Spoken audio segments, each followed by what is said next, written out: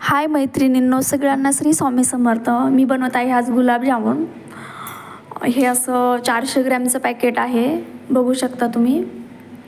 ते असं ताटामध्ये काढून घेतलेलं आहे आणि कोणी दूध घालतं, कोणी पाणी घालून मळतं. तर मी तर पाण्यासोबतच मळणार आहे.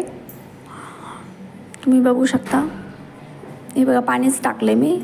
पाणी घालूनच छान असं मळून घेणार आहे. हे बघा, पण कसं खूप मळावं लागतं त्याला. असं एक 10 ते 15 मिनटं मळून घ्यायचं छान. बघू शकता तुम्ही, छान थोडासा मऊसूत गोळा होईपर्यंत.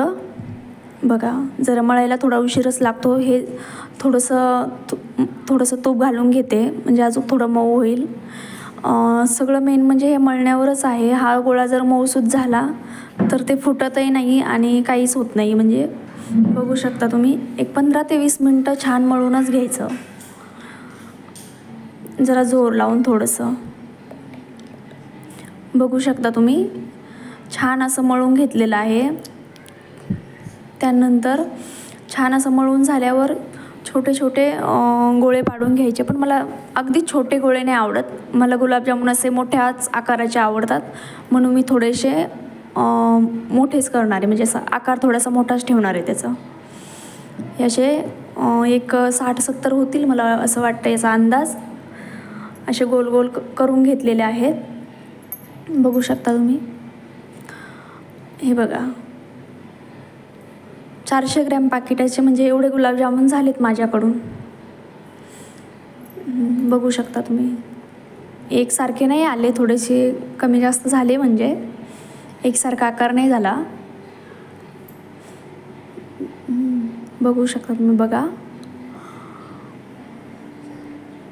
तुम्ही कोणत्या पद्धतीने करता,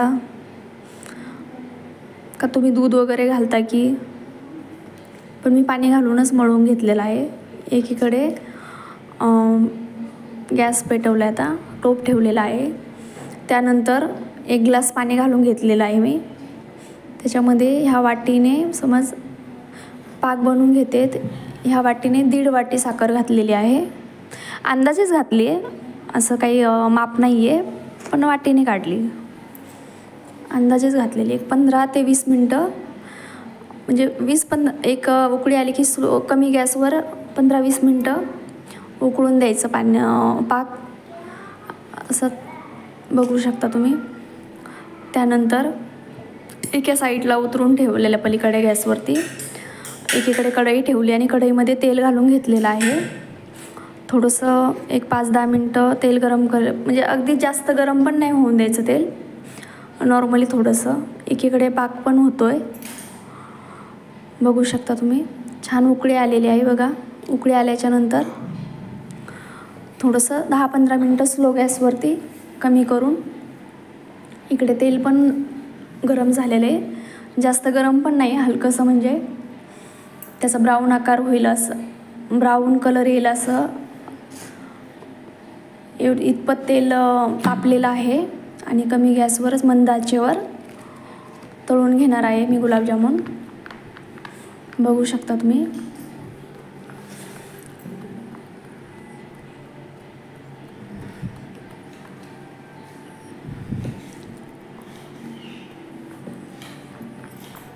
खरं तर गौरीसाठीच पॅकेट आणलं होतं, पण माझं करूनच नाही झालं, म्हणून थोडासा उशीर झाला. त्यासाठी मी आता बनवत आहे. बनवायला वेळच भेटला नाही, गौरीमध्ये खूप काम असतं, हे करायचं ते करायचं, तर माझे राहूनच गेले होते बनवायचे. म्हणून म्हटलं आज बनवून घ्यावं, वेळ आहे तर. बघा, अशा प्रकारे मी असा कलर काढलेला आहे, बघू शकता तुम्ही. पण गॅस कमीच ठेवायचा, मंद आचेवरच तळून घ्यायचं, नाही तर मग जास्त तेल तापलं तर जळतील. आणि हलक्या हलक्या हाताने हलवत म्हणजे राहायचं, त्याला पलटी करतच राहायचे. बघा, हे असं आकाराचे तळून घेतलेले आहेत मी.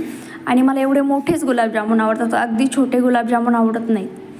पाक पण रेडी आहे आणि त्यामध्ये गुलाबजामुन घालून घेते. तुम्हाला पण आवडतात का? कशी वाटली रेसिपी कमेंट करून नक्की सांगा.